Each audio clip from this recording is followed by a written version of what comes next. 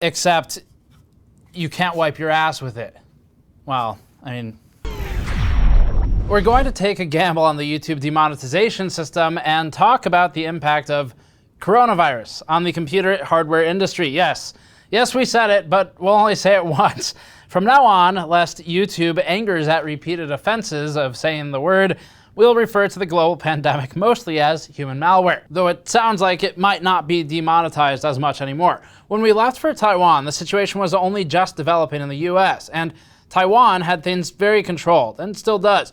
But things changed drastically in the West. During the 2 weeks we were in Taiwan, we spent some time gathering information on the ground as the situation developed, and learned that human malware has cost the industry millions in motherboards and video card production alone, and that's just the board partners. In this video, we'll report on the numbers we've gathered relating to delays and hardware industry impact resulting from human malware. Before that, this video is brought to you by Squarespace. Squarespace is what we've been using for years to manage our own Gamers Nexus store, and we've been incredibly happy with the choice. Squarespace makes e-commerce easy for those interested in starting stores, but it also has powerful tools to build all types of websites. Photo galleries for photographers, resume and portfolio sites, and small business sites are all easily done through Squarespace. Having built a lot of client websites the old way before running GN full-time, we can easily recommend Squarespace as a powerful, fast solution. Go to squarespace.com/gamersnexus to get 10% off your first purchase with Squarespace. As the situation became much more severe in the last week or so, we noticed a significant fall-off in viewership against our normally very accurate estimates for viewers. Our factory tour series was on track to do 100,000 views per video at a minimum, but we've been competing against global, non-stop coverage of the pandemic. We'll be talking in this video about how it relates to the computer hardware industry in an objective, fact-based approach, and we would like to encourage a rational approach to the conversation rather than a panic-driven one, just like we talked about a few weeks ago when we discouraged panic purchasing of a commodity, computer hardware. So we're going to talk about the impact of human malware on the computer hardware industry. We have some value to add here from the PC side, and we have some unique information that we've collected on the ground in Taiwan, where most of the companies that you purchase things from are headquartered. Also, a lot of the factories, or in the very least, supply chain level factories. So we've got some unique stuff to talk about there. The factory tour series will continue after views for normal content pick back up and stop competing again with global news agencies stealing every breath of airtime. Our topics are broken into 3 categories for this one. So the thesis, if you will, is as follows. We're going to talk about a follow-up on our piece from 2 weeks ago where we discouraged panic buying of computer hardware. A couple of people have asked us, how do you feel about it now? So we'll go through that. We'll talk about point number 2, a discussion on production delays to new products and potentially to Computex, which would therefore impact new products. And 3, factory closures and the number of units lost to low production or factory capacity. So that's going to be units of products. We're not talking dollar amounts. I don't have the exact cost of the product, and that's a much more complicated equation anyway. But we're talking about how many motherboards, video cards, whatever, haven't made it to the channel, which would be retailers or distributors of sorts, that otherwise would have been here if this whole thing didn't happen. So that's our 3 points, and the third one there should be very interesting because we've got a lot of on the ground, literally in the factory, information when we visited Taiwan. On to the new topics. Production delays and timelines. First up here. All of this human malware impact has caused delays to production timelines of computer hardware. Clearly, we've long discussed that Lunar New Year alone, in combination, of course, with the global pandemic, and more importantly, combined with the resulting panic by some people, sometimes deserved more so than others, this would all have an impact to scheduling. We didn't have many concrete examples a couple weeks ago, but after going to Taiwan and visiting a lot of the headquarters of these companies, we do now. Before talking more about the why of production delays, mostly relating to manpower and raw material availability, we'll give some examples. MSI's new X570 Tomahawk was pushed back 1 to 2 months minimally. It was supposed to launch in March, but MSI was unable to get supply from its lower down supply chain factories in order to make the boards. An example might be the suppliers of capacitors, who, although they might be operating at full capacity, can't get supply from their suppliers, like the metal suppliers. or the heatsink suppliers who can't get supply from the metal suppliers. MSI's primary factory in Shenzhen, responsible for millions of video cards and motherboards per month, was shut down for 2 full months as a result of Lunar New Year and human malware combined. The Shenzhen factory has 10 SMT lines that are 121 meters long each. The 10 service mount technology lines are responsible for producing 1.6 million motherboards per month and 1 million video cards per month as of 2019. The factory requires a staff of about 5,000 people, but often operates at reduced staff because it has trouble already finding staff in Shenzhen, typically closer to 2,500. And this depends on order volume. So that's a lot of people who are unable to man the factory. Given an extra 4 weeks of unexpected total halt of production, that's 2.6 million products from one factory and from one company that never made it to the channel. And the factory is currently operating at a reduced workforce due to slow returns following quarantines and usual Lunar New Year worker departures. This factory, like most in Shenzhen, was already struggling to find enough workers under normal conditions as a result of lack of interest in factory jobs these days and the service job boom in China. Now that it's competing with a pandemic, it's having even more difficulty with manpower. In terms of real impact, that's, again, about 2.6 million products based on numbers from last year, fewer that could have been made in 1 month of extra downtime at one factory, not counting the reduction in capacity from a smaller workforce. One of the many affected products was the X570 Tomahawk, which has now been pushed back to April or May, although May looks more likely. That gives you the first concrete example. And most of these companies, although they often don't own the factories, or at least not all of the ones that they work with, they have partner factories that they work with. Companies like PowerLogic, which is responsible for making a lot of the fans that are used in video card heatsink fan combinations that you see in the industry, they're a lower down supply chain manufacturer that could also be impacted, which would have, again, a knock-on effect to the company that's buying those fans, which would be MSI, EVGA, Gigabyte, whomever. So only 2 AIB partners have any meaningful capability of producing parts in Taiwan, which is less affected, and that's Gigabyte and EVGA. The Gigabyte solution, they have their own factory that we've toured before. We have the video up on the channel if you want to see it. It's located in Taoyuan County, and they've told us in the past that this factory is typically reserved for high-end products. Right now, it's used to make anything they can. The company makes its higher order volume parts in China, typically, and it's been impacted there similarly to MSI. EVGA, meanwhile, doesn't own a factory and instead relies on suppliers who are now located at least partially, if not primarily, in Taiwan. Some of these companies, like EVGA and Gigabyte, started to shift their manufacturing to Taiwan once the tariffs were becoming a concern last year. The companies that were angling themselves to thwart the tariffs by relocating factories to Taiwan, sometimes Thailand, sometimes Vietnam, those companies are going to be less affected, well, at least the ones in Taiwan anyway, less affected by this pandemic because they were trying to combat something else. So EVGA in that instance would be a bit better positioned than some of its competitors. For Gigabyte, the company's Taiwan factory makes 200,000 video cards and 200,000 motherboards per month on average. As of 2019, the factory also makes 50,000 units of PCBs that it sells to other parties or uses in its other product categories. That's 450,000 units per month produced of products in SMT lines, which is a lot for a more real estate constrained factory in Taiwan, especially considering the higher labor cost. That factory had a period of halted or reduced work as a result of the human malware outbreak and trying to contain it. This contributed to a reduction in products to the channel of at least a couple 100,000 units, compounding when considering Lunar New Year also around the same time. Gigabyte has also disallowed any visitors to its factory, although we were able to get access to the company's headquarters in Taipei for overclocking and interview content. The ban on visitors to the factory extends beyond third-party companies like ours and to internal employees who've traveled recently, like those who might be flying in from the US to visit the Taiwan factories.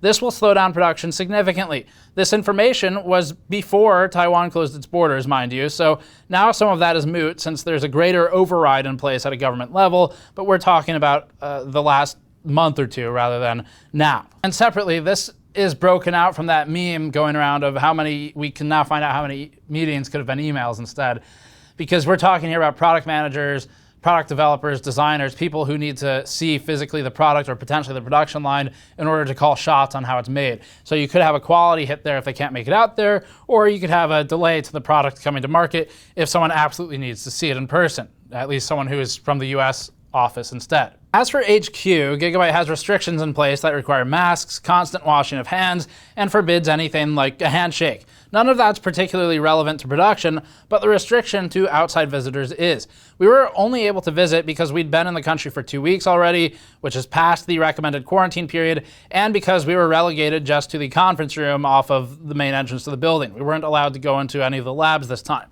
For product managers or other internal workers, this could end up canceling trips entirely, since they'd just be sitting in a hotel room for 2 weeks, and that'll slow down production since those people are needed for oversight and final approval of products, and it's also kind of a waste of their time if they could instead be in the US doing a lot of their work there instead of a hotel room, which costs money over time. We can't say which of the two CPU companies is affected for this particular item, but this example is a CPU press event. The motherboard companies on the ground informed us off record that one of the companies was planning an event for March relating to a training day for system integrators and a demonstration day for media members. So some of the professional overclockers who work at motherboard companies were scheduled to travel to California for this event, but had to cancel as a result of human malware concerns. The CPU event seems to have been silently canceled as well. It technically wasn't officially announced yet, so that's okay. And this could have implications for review and timings for launches of new CPUs. Because motherboard manufacturers are running behind on production anyway, this ends up working out for them in this particular instance, and it's probably all tied together to begin with. Working with Cooler Master and Lian Li over the past few weeks for factory tours, we learned that both companies have important product launches planned for right around Computex, which would be the last week of May and the first week of June. We actually recommended that the companies consider LTX as an alternative launch venue, since Computex will likely be canceled. And that's another topic entirely, but that'll depend on if things are under control before August. In the very least, some of these products, pending the likely postponement of Computex by Taizhong, will be delayed to third quarter. Some of the case manufacturers are also now working from home too, as are Intel, Dell, and AMD, except for crucial meetings or people who need to be on site, like warehouse workers. This will cause efficiency and product quality issues in production as well. After what seems like already countless delays, we've got 3 other concrete examples for you. AMD's B550 is now anticipated for launch after what would be Computex if it happened. At present, the B550 chipset, which is explicitly different from B550A, mind you, is due for end of June or early July, but that's still uncertain. Z490 was rumored online for launch before Computex, but we've been told that the impacts to the factories at a motherboard level, in the very least, could cause delays beyond the initial launch period for board availability in the least. And it'd be likely that Intel would probably align its launch with when motherboards would be available, otherwise kind of be shooting itself in the foot. We've also heard from partners in the industry that Intel's much anticipated Ghost Canyon NUC will be delayed at least a few weeks, if not longer. This is also due to the production capacity limitations resulting from Corona. We'll shorten it, I guess. Kurzgesagt got away with it, so maybe we will. And you have to remember there's a lot of partners tied into that ecosystem, the Ghost Canyon NUC ecosystem, because Intel, although they sort of spec it out, they design it, they do the silicon, they are not making, at least entirely on their own, the board, the risers, the case, the power supply, all that stuff comes from other people, which is normal. There's nothing wrong with that. That's normal for a product. But the point is that each of these manufacturer suppliers has delays in its own pipeline, and that's going to cause the final product to be delayed because they can't get the parts for it. Here's another one. This one's pretty big for a concrete example for you, production delays. Computex is likely another victim of human malware side channel execution attacks. The event is the industry's largest and most influential each year. It can dictate whether products succeed or fail when they launch, and it sort of lines up the rest of the, or at least the following quarter. It's around the same time every year, end of May, early June, and at this point, probably going to be canceled or postponed rather, but they haven't officially said anything. So although some people like to brag about how they don't watch show coverage, the reality of it is that most people do. And it's fine if you don't like it, but most people do watch it, and it does drive the industry for the rest of the year.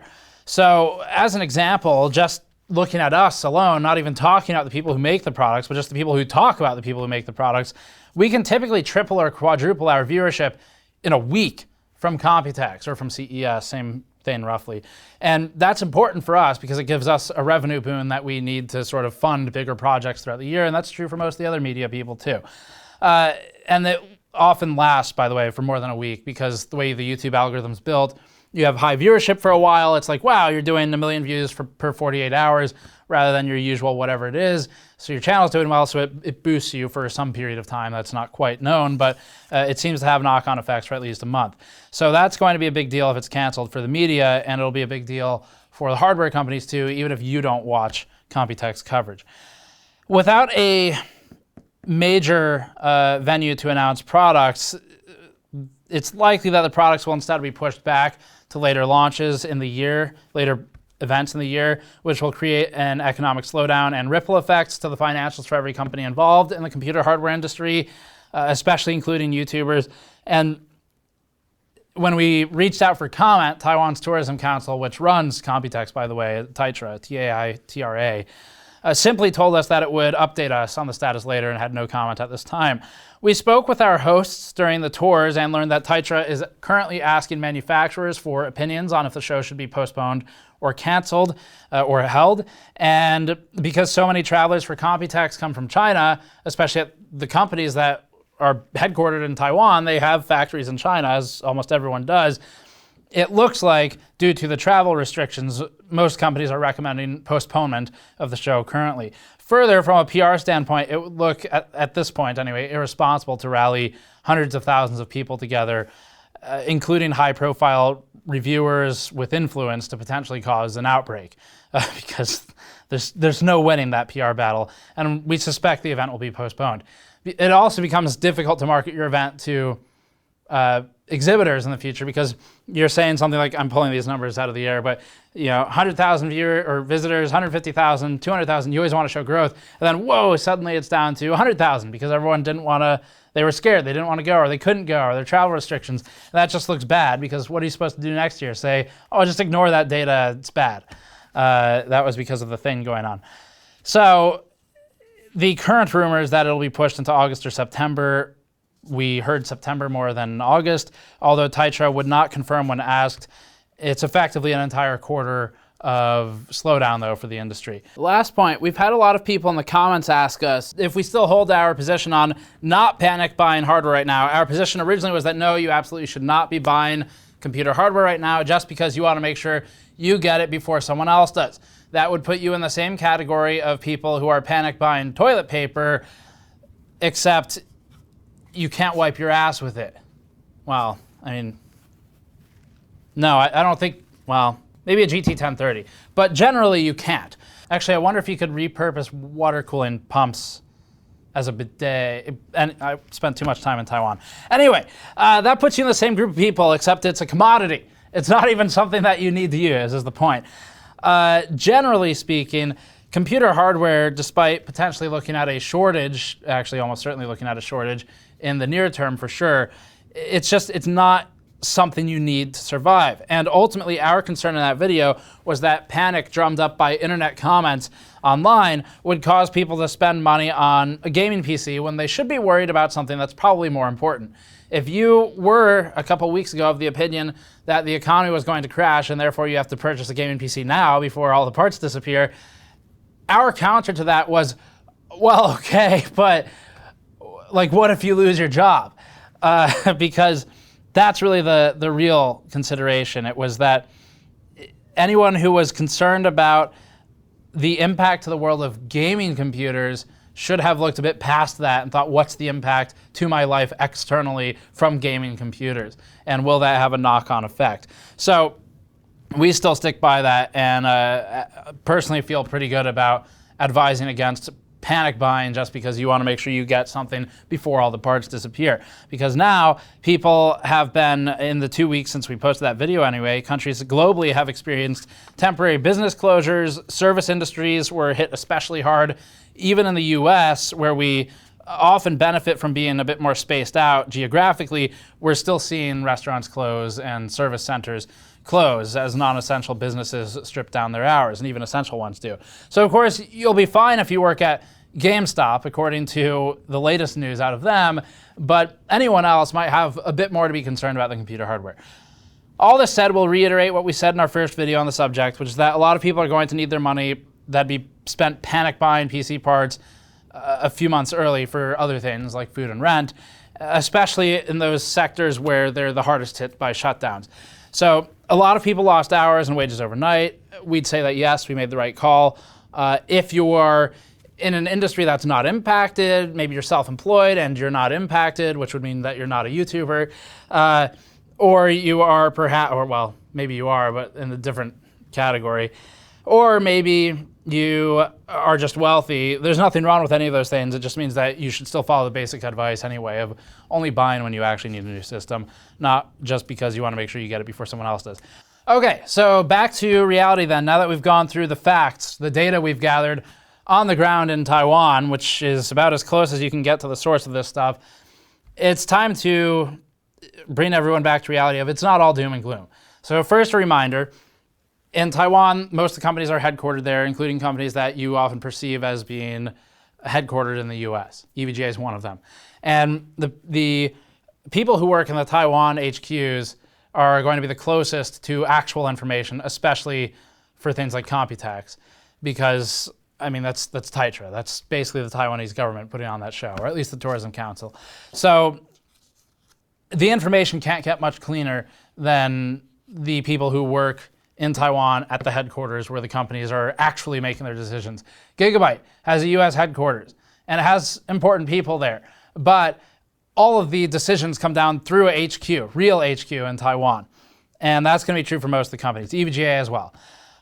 So that's a good place to get clean information. Most of these issues, though, they're related to product delays or slightly inconvenient processes, like the requirement to wear masks as a visitor to the country when you're visiting factories, or the requirement to be thermographically checked at the entrance to buildings. Basically, every building we went into, it was either a thermal camera or just a laser thermometer they pointed at your head when you walk in. You kind of debate the accuracy of that, but that's another story, especially given that there's no training for the people often using that, but whatever. Anyway, it's like, I challenge your testing methodology for my thermals. Do you know who I am? I invented out-of-the-box thermals. But actually, that was a viewer. But yeah, so a lot of the stuff's inconvenient or kind of annoying, but there are product delays. There's going to be an economic hit to the industry. I'm not an economist. I don't know how bad it'll be. I don't foresee it being doom and gloom. Everything's over. It's all like it's the end. I'm not really in that camp.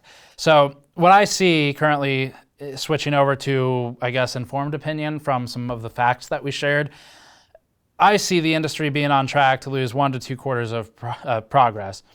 And this will have a reaching economic impact to the industry. We're going to see a slowdown. I'm sure the other YouTubers could see a slowdown, or at least less viewership than they might have otherwise. And we've already seen it in an indirect way, because we've noticed viewers are not able to get to the content that isn't related to the virus, which is in part a YouTube thing. It's in part timing, I guess. But you're looking at a challenge where there's probably more content right now being pushed to YouTube than typically would be the case. And a lot of it's around one topic. And the way the algorithm works is it sucks you into a topic, and then it doesn't spit you back out again until you stop watching that content. So people are probably stuck in this vacuum of virus content, and this is our way of getting them back, is basically what I'm saying. But hopefully it provides some actual value for you, and I apologize if you didn't want to hear more virus discussion from our channel, because I get it. I didn't really want to do it. I'd rather do computer stuff, but at least this has computer news in it. So anyway, it looks like we're on track to lose a couple quarters of progress here as an industry, computer launches, hardware launches, stuff like that. Most of the news organizations right now are talking nonstop about human malware because if it bleeds, it leads, and they are more doom and gloom oriented. So just a reminder from us, it's not the end of the world. There will be a delay. We would advise still that you don't just buy computer hardware because you want to make sure you get it before it's out of stock, because there's going to be more, especially because there's new silicon launching this year anyway, whether or not it's delayed. So unless you need something now, you shouldn't really be buying. But that's pretty much always true. All right, so we've tried to stick to the facts and the numbers for this to avoid encouraging any sort of panic. And like before, advise just taking a rational approach, focus on things outside of buying a computer. It's just not that important. You can always get it later in the year. The biggest problem here ultimately is supply chains and the lower down supply chain availability and factory uptime, and that is improving right now. We know that a lot of the factories have gotten their workforce back up from as low as 10% and from furloughing, if that's an appropriate use, from putting their employees on furlough for 2 days a week, they've kind of recovered from that. Now it's a matter of getting supply, and that's going to take some weeks as well. But things are recovering, at least in the production side of the industry. Now it's going to be a matter of getting the schedule back on track. And that's going to be it for this one. Thanks for watching. Check out the main channel. Go watch our factory tour series, because a lot of people were excited about it, and then I think it wasn't really getting cycled. As a quick side note, we're going to have a video on our secondary channel, GN Steve, where I'm just riding around on an e-bike talking about the situation currently as it impacts YouTube and our content production. So we'll link that below if you want to check that one out. And go to store.gamersnexus.net or patreon.com/gamersnexus to help us out directly. Thanks for watching. We'll see you all next time.